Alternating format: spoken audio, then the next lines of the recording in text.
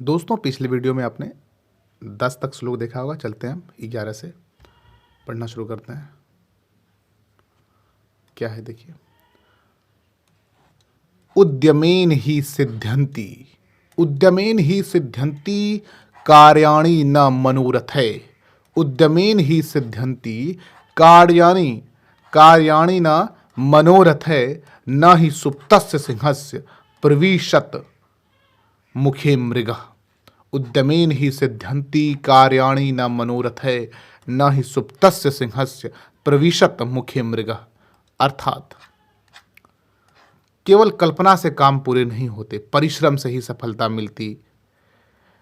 सोते हुए सिंह के मुंह में शिकार नहीं आता। बड़ी सुंदर सी बात कही इन्होंने कि केवल कल्पना से काम पूरे नहीं होते हैं, परिश्रम से ही सफलता मिलती है। सोते हुए सिंह के मुंह में शिकार नहीं आता, कि अगर कोई सिंह केवल सोया हुआ है तो उसके मुंह में शिकार नहीं जाएगा, मेहनत करनी होगी उसके लिए। केवल कल्पना से काम पूरे नहीं होते, परिश्रम से ही सफलता मिलती है। सोते हुए सिंह के मुंह में शिकार खुद ब खुद नहीं आता। क्या बात है, बहुत अच्छी बात। देखिए अगला क्या है, आइए देखते हैं ये श्लोक।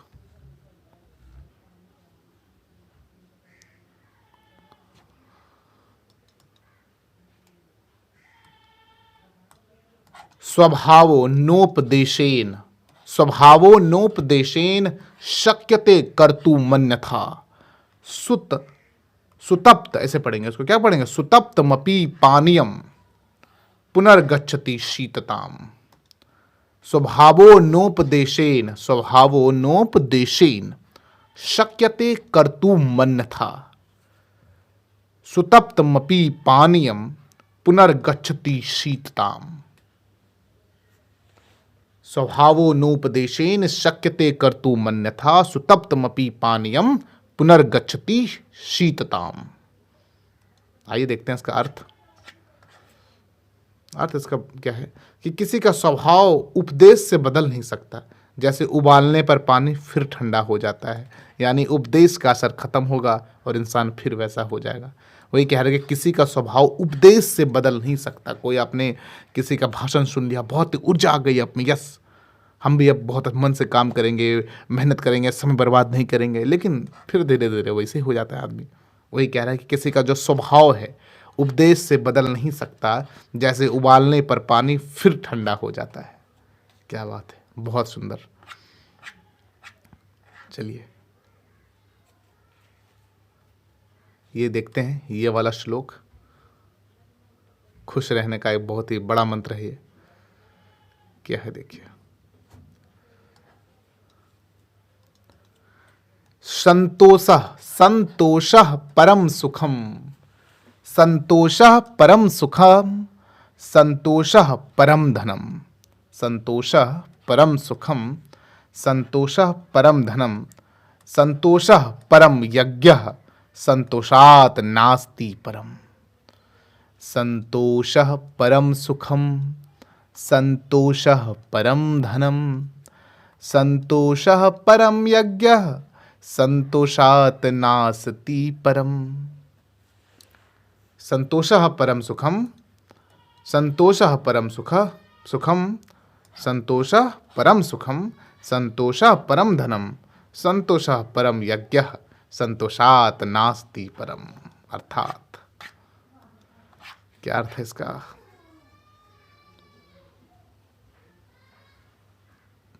इसका अर्थ कह रहा है कि संतोष सबसे बड़ा सुख है। संतोष यानी सेटिस्फैक्शन, कि आप एक्सेप्ट कर ले, स्वीकार कर ले, हाँ भाई ये ठीक है। संतोष सबसे बड़ा सुख है। अगर आपके मन में संतोष है किसी भी चीज़ को लेकर, आप मान लीजिए कोई खाना है आपके सामने है और आपको संतोष है, ठीक है यही चाहिए था हमको, ये नहीं कर रही है, ये नहीं है, वो नहीं है, या कोई काम हो रहा है घर में, जो आपको परिवार मिला है, जो भी चीज़ें आपको मिली है अपने जीवन में, उसको लेकर अगर आपके पास संतोष है, वो सबसे बड़ा सुख है। आप सुखी रहेंगे, ठीक है। आप दूसरों को देख के उसके पास ये है वो है तो परेशान नहीं होंगे आप। तो संतोष सबसे बड़ा सुख है, संतोष सबसे बड़ा धन है, संतोष सबसे बड़ा यज्ञ है। इससे बढ़कर कुछ नहीं। अगर इंसान के पास संतोष है तो वो खुश रहेगा। चले आप आगे।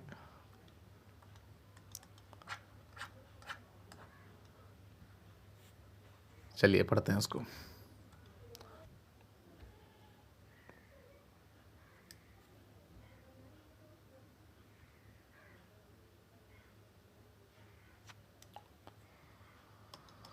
दुर्जनः प्रियवाद्येव, दुर्जनः प्रियवाद्येव, त्रिनेनैव प्रदीप्यते, स्निग्धोऽपि दहनं याति, पावकः काष्ठवच्चलः। दुर्जनः प्रियवाद्येव, त्रिनेनैव प्रदीप्यते, स्निग्धोऽपि दहनं याति, पावकः काष्ठवच्चलः। चलते हैं इसका अर्थ देखते हैं अब।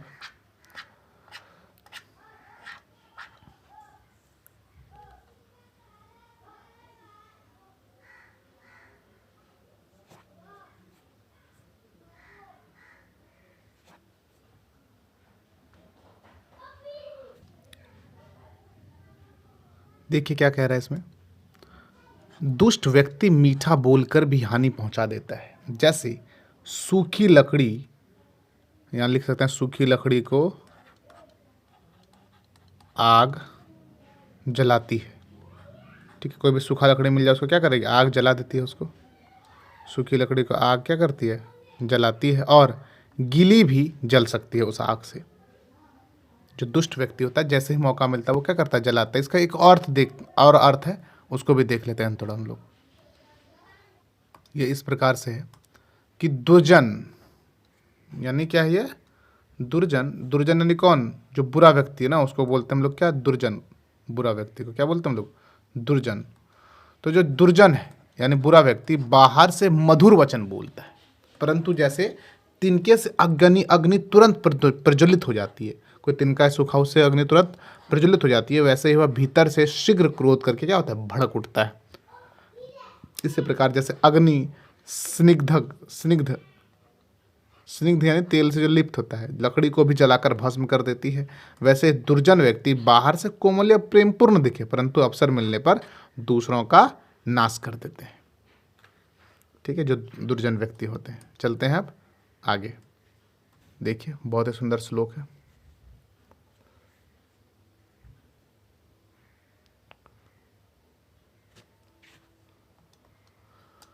सर्वे भवन्तु सुखिनः, सर्वे भवन्तु सुखिनः, सर्वे सन्तु निरामयाः, सर्वे भद्राणि पश्यन्तु, मा कश्चित् दुख भाग भवेत्। सर्वे भवन्तु सुखिनः, सर्वे सन्तु निरामयाः, सर्वे भद्राणि पश्यन्तु, मा कश्चित् दुख भाग भवेत्। इसको कैसे पढ़ेंगे, कश्चित् दुख भाग भवेत्, कश्चित् दुख भाग भवेत्। चलते हैं आगे। इसका अर्थ है कि सब सुखी हों, सब निरोग रहें, सब शुभ दिखें, कोई दुख का भागी ना बने। एक इच्छा है लोगों के प्रति है कि सब सुखी हों, सब निरोग रहें, सब सुख शुभ दिखें, कोई दुख का भागी ना बने। चलते हैं आगे। देखते हैं श्लोक।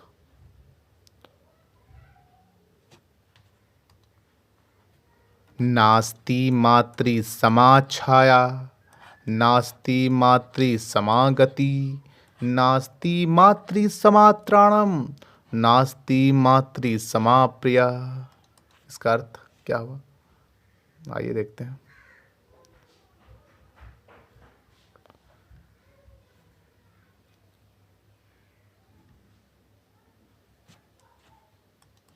ये कह रहे कि भाई माता जैसी छाया नहीं, कि माता जैसी छाया किसी को नहीं मिलती, माता जैसी गति नहीं मिलती, माता जैसा रक्षक नहीं, माता जैसे प्रिय भी कोई नहीं। जो माँ होती है, माँ की जैसे कोई नहीं होती, छाया नहीं मिलती। माता जैसे हमारे जो क्या कहते हैं ना, सेवा करने वाली कोई नहीं मिलती। माता जैसा रक्षक नहीं होता, माता जैसे प्रिय भी कोई नहीं होती। एक बच्चे के लिए माँ ही सब कुछ होता है। ठीक है, चले आगे।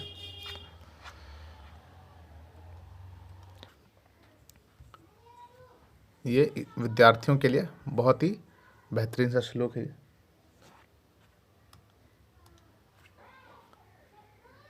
क्या कह रहे हैं भाई, देखिए, सुखार्थिनः सुखार्थिनः कुतो विद्या, सुखार्थिनः कुतो विद्या, न विद्यातः कुतः सुखम, सुखार्थी वा त्यजेद विद्याम, सुखार्थी वा त्यजेद विद्याम, विद्यार्थी वा त्यजेत सुखम, सुखार्थिन कुतो विद्या, न विद्यातः कुतः सुखम, विद्यार्थी वा त्यजेद विद्याम, विद्यार्थी वा त्यजेत सुखम। इसका अर्थ क्या हुआ, देखिए, इसका अर्थ है कि जो सुख चाहता है उससे विद्या दूर रहती है भाई, बहुत मेहनत करनी पड़ती है विद्यार्जन के लिए। तो जो चाहता है सुख, उन्हें विद्या नहीं मिलती। जो सुख चाहता है उससे विद्या दूर रहती है। जो विद्या चाहता है उससे सुख दूर रहता है। ठीक है, जो सुख चाहता है उससे क्या होता है, विद्या नहीं मिलती बहुत आराम से, और जो विद्या चाहता है उसे सुख नहीं मिलता। विद्या और सुख एक साथ क्या है, कठिन है कि मोबाइल भी देख लें और विद्या भी हो जाए, रील्स भी देख लें ना और पढ़ भी लें, थोड़ा मुश्किल है। चलें आगे।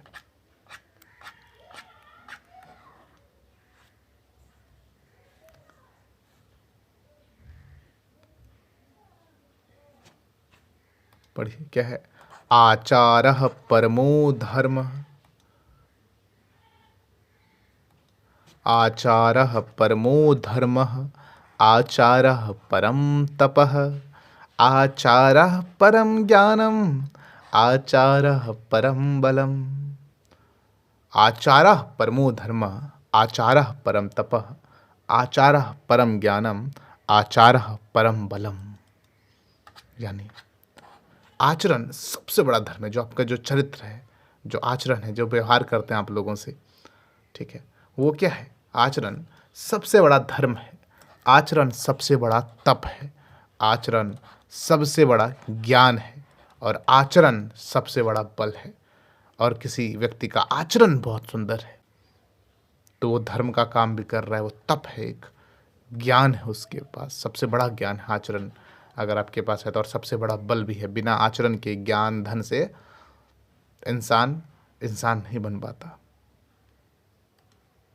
चलते हैं अब अगले श्लोक पर।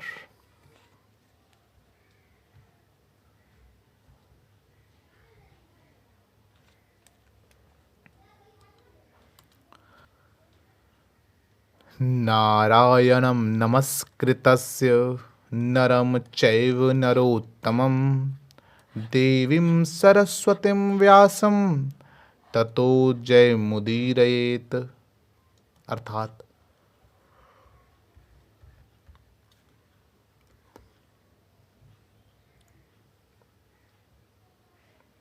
ये एक धार्मिक श्लोक है।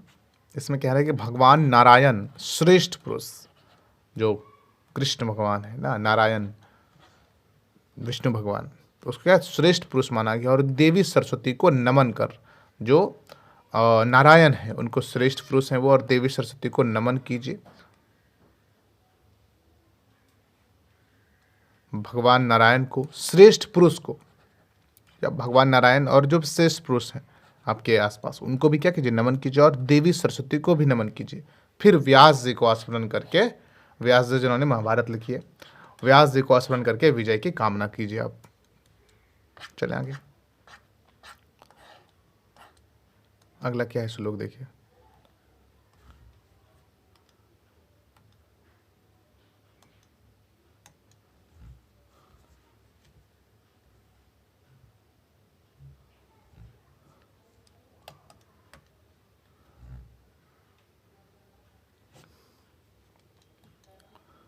धर्मे चार्थे च कामे च मोक्षे च भारतर्षभ, यदि हास्ति तदन्यत्र येन्य हास्ति न ततः क्वचित्। धर्मे चार्थे च कामे च मोक्षे च भारतर्षभ, यदि हास्ति तदन्यत्र येन्य हास्ति न ततः क्वचित्। जानते हैं इसका अर्थ?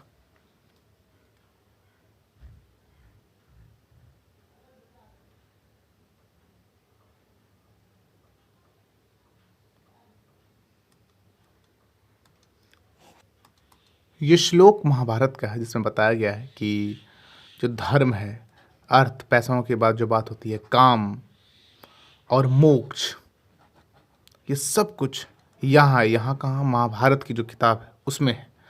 वह सब जगह है, जो भी यहाँ पर है वही सब जगह है, जो महाभारत की किताब में लिखी गई है वही सब जगह है।